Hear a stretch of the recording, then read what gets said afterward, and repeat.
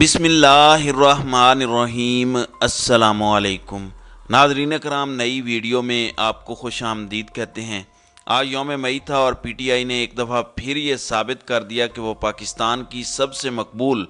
اور سب سے بڑی سیاسی جماعت ہے۔ تمام بڑے شہروں میں ریلیز تھیں بڑی اور اس میں بہت بڑی تعداد میں لوگ شریک ہوئے۔ کبھی ایسا نہیں ہوا کہ یوم مئی پر دفعہ 144 لگائی گئی ہو، لیکن اسلام آباد میں یہ لگائی گئی تھی، اور جو ریلی پنڈی سے اسلام آباد آنی تھی اس کو فیض آباد موڑ سے واپس پنڈی مری روڈ پر موڑا گیا اور وہ کمیٹی چوک پر جا کر ختم ہوئی۔ ایک سمندر تھا لوگوں کا جس طرف بھی گئے۔ لاہور میں عمران خان صاحب نے قیادت کی اور بڑی اہم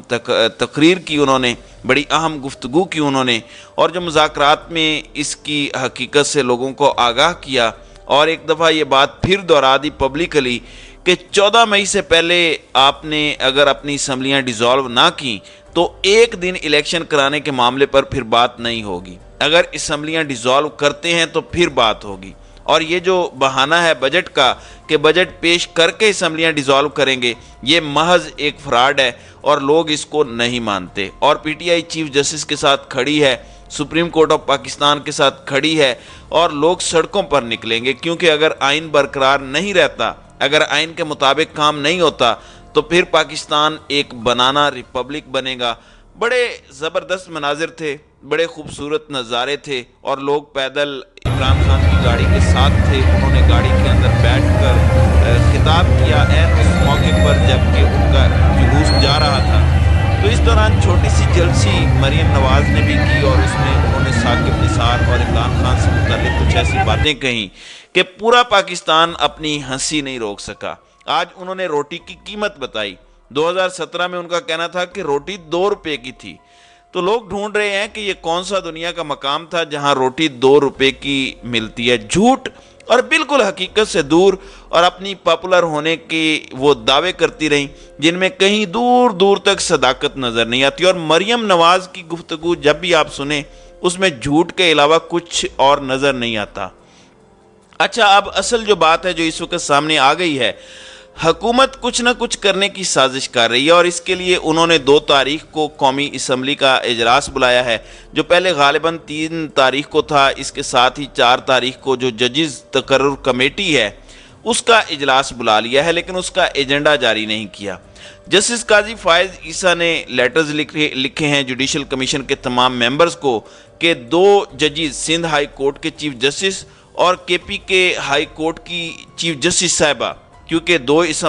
اسامیاں خالی ہیں سپریم کورٹ میں، تو ان کو اوپر ایلیویٹ کیا جائے۔ اور انہوں نے جوڈیشل کمیشن کے تمام ممبران کو خط لکھا ہے۔ 9 ممبرز ہوتے ہیں جوڈیشل کمیشن کے، تو اس میں اگر ہم اس وقت کمپوزیشن کو دیکھتے ہیں تو کیونکہ اس میں اٹارنی جنرل بھی ووٹ دیتے ہیں، وزیر قانون بھی ووٹ دیتے ہیں، پاکستان بار کونسل کا نمائندہ بھی ووٹ دیتا ہے، تو یہ تینوں حکومتی لوگ ہیں، اور پھر قاضی فائز عیسیٰ اور سردار طارق مسعود، تو یہ 5 بندے بن جاتے ہیں۔ باقی جو لوگ ہیں ان میں جسٹس عمر عطا بندیال ہیں جو کمیٹی کے سربراہ ہیں، پھر اعجاز الاحسن اور جسٹس فائق عثمانی ہیں، تو یہ 3 بنتے ہیں، کیونکہ ادھر 6 بنتے ہیں۔ میں نے 5 کے آپ کو نام بتائے، لیکن ایک نامینی بھی ہے، تو ان کی کمپوزیشن اس وقت زیادہ ہے۔ لیکن جو رولز ہیں ان کے تحت جب تک چیف جسٹس نہ بلائیں اجلاس اور رجسٹرار اس کا ایجنڈا نہ جاری کرے، یہ ہو نہیں سکتا۔ تو کیا یہ 1997 والی گیم ہونے لگی ہے سپریم کورٹ کے اندر؟ اب اس ساری صورتحال کو دیکھتے ہوئے 2 تاریخ کو جو 8 ممبر بینچ بیٹھ رہا ہے، پارلیمنٹ نے جو اپروو کیا ہے Supreme Court procedure and practice bill, اس کو دیکھنے کے لیے کچھ لوگوں کی یہ رائے ہے کہ یہ بہت اہم سماعت ہوگی، اور 11 بجے کیونکہ مذاکراتی ٹیمیں ہیں پی ٹی آئی اور پی ڈی ایم کی اور ان کے الائز کی، وہ بیٹھیں گی، 1 گھنٹہ 2 گھنٹے مذاکرات چلیں گے۔ عمران خان نے تو بتا دیا ہے کہ ہماری ڈیمانڈ یہ ہے۔ دوسری طرف مسلم لیگ نون کے اندر سے آوازیں ایسی اٹھنا شروع ہو گئی ہیں یا ان کو اٹھایا جا رہا ہے، جس میں خواجہ آصف اور جاوید لطیف جیسے لوگ شامل ہیں، جو یہ کہتے ہیں کہ مذاکرات کا عمل بے سود ہے، یہ پی ٹی آئی سے آپ مذاکرات کر کیوں رہے ہیں؟ تو مذاکرات کا کوئی بظاہر مستقبل نہیں ہے، یہ ایک پولیٹیکل چیس بورڈ پر لڑائی ہے، اور جیتے گا وہی جو پہلے موو کرے گا۔ تو یہ جو 8 ممبر بینچ ہے ہو سکتا ہے کہ جو کنٹیمپٹ کا معاملہ ہے، جو 3 ممبر بینچ کے فیصلے پر کنٹیمپٹ کا معاملہ ہے، اس کی سماعت بھی یہ 8 ممبر بینچ کرے،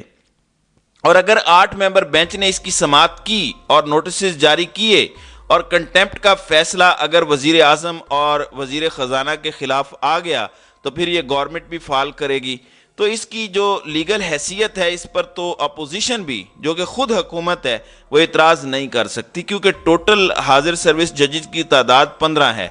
ان 15 میں سے 8 اگر فیصلہ دے دیتے ہیں تو اس کا مطلب یہ ہے کہ اگر فل کورٹ سنیں، اگر 15 کے 15 ججز سنیں تو ان کی اکثریت نے یہ فیصلہ دیا ہے۔ لیکن میں آپ کو بتا رہا ہوں، کچھ وکلاء یہ کہتے ہیں کہ سپریم کورٹ کے چیف جسٹس کے پاس کوئی چوائس نہیں ہے اس کے علاوہ کہ وہ قانون اور آئین کے مطابق وہ فیصلہ دیں، جس کو ہم عام الفاظ میں سخت فیصلہ کہتے ہیں، کیونکہ اگر ایسا نہیں ہوا تو پھر نہ یہ سپریم کورٹ بچے گا اور نہ اس ملک میں رول آف لا ہوگا، اور سب سے جو پاپولر لیڈر ہے اور جو سب سے پاپولر جماعت ہے وہ بھی سسٹم سے آؤٹ ہو جائے گی۔ تو اس ملک کے مستقبل کے لیے یہ ضروری ہے کہ چیف جسٹس آف پاکستان اس وقت جو معاملات ہیں اس پر صحیح آئینی قانونی اپروچ کے ساتھ جس طرح وہ چل رہے ہیں فیصلہ دیں۔ اب وقت ہے فیصلے کا، جبکہ دوسری جانب وکلاء نے بھی فیصلہ کیا ہے کہ اگلے 2 دنوں میں ایک نمائندہ کنونشن جس میں پورے پاکستان کی بارز کے نمائندگان ہوں گے وہ فیصلہ کرے گا ایک کنونشن کے ذریعے، اور چیف جسٹس کی حمایت میں ایک لانگ مارچ ہوگا۔ اب آج عمران خان کے اعلان کے بعد کے مذاکرات کی حقیقت کیا ہے، اور انہوں نے سپریم کورٹ کے ساتھ کھڑا ہونے کا اعلان کیا ہے، لوگوں سے کہا ہے کہ نوجوانوں تیار ہو جاؤ، میں آپ کو کال دینے والا ہوں، ہم نے چیف جسٹس کے ساتھ کھڑا ہونا ہے، سپریم کورٹ کے ساتھ کھڑا ہونا ہے، کیونکہ اگر ایسا نہیں ہوا تو پھر یہ معاملہ بہت خراب ہو جائے گا۔ اب آخر میں چودھری پرویز الہی والا جو معاملہ ہے، میں نے اپنے پچھلے ویلاگ میں بھی کہا کہ اب شجاعت حسین نے بھی ایک بیان داغا ہے، اور پنجابی میں جیسے کہتے ہیں کہ گونگلواں تو مٹی ہٹانا، یعنی اس سے بہتر تھا کہ وہ یہ بیان دیتے ہی نہ، اپنی پوزیشن واضح کرنے کے لیے کہ جی یہ تو ان کے گھر میں چھاپا پڑ گیا، ان کے گھر میں یہ ہو گیا۔ کچھ لوگ یہ بھی کہہ رہے ہیں کہ شافع حسین بھی بڑا رو رہے ہیں۔ یہ در حقیقت لوگ بری طرح سے ایکسپوز ہو گئے ہیں، چودھری شجاعت اور ان کے بیٹے، اور اگر ان میں کوئی غیرت نام کی چیز ہے تو ان کو اس حکومت سے کم از کم استعفیٰ فوری طور پر دینے کا اعلان کرنا چاہیے۔ اگر وہ یہ اعلان نہیں کرتے، چودھری اعتزاز جیسا مخالف چودھری پرویز الہی کے گھر پہنچ کے پریس کانفرنس انہوں نے کی، وہ لوگ جو چودھری پرویز الہی پر باتیں کرتے تھے وہ بھی چلے گئے، اور ہر بندے نے اس کی مذمت کی، لیکن چودھری شجاعت اور ان کے بچوں کی جانب سے ایک 2 نمبر بیان سامنے آیا، اس کو پوری قوم نے ریجیکٹ کیا، اور چودھری شجاعت نے اپنی زندگی کے اس حصے میں جب ان کی صحت بھی خراب ہے اور آج وہ بڑھاپے کی انتہا پر ہیں، انہوں نے آج جو کچھ کمایا ہے، اس حرکت نے ان کی پولیٹیکل زندگی کی جو سلیٹ ہے اس پر ایک بھاری کوئسچن مارک چھوڑا ہے۔ بہرحال بہت دلچسپ بات ہے، کل سپریم کورٹ کیا کرتی ہے۔ آج پی ٹی آئی کی بہت بڑی ریلی تھی، لیکن کسی میڈیا چینل نے اس کو نہیں دکھایا۔ یہ باعث شرم بات ہے، یہ ایک انتہائی گھٹیا بات ہے۔ یہ کس کے حکم پر نہیں چلائی گئی وہ میں اور آپ سب جانتے ہیں۔ طاقتوروں کا سسٹم جو ہے وہ آخری سانسیں جو ہے وہ لے رہا ہے، اور یہ سسٹم اپنی طاقت دکھانے کی کوشش میں ہے، لیکن یقین مانیں یہ سسٹم جلد کولیپس کرنے والا ہے۔ تو ناظرین اکرام، آپ کی اس ویڈیو کے حوالے سے کیا رائے ہے؟ اب اپنی رائے کا اظہار کامنٹ سیکشن میں ضرور کیجیے گا۔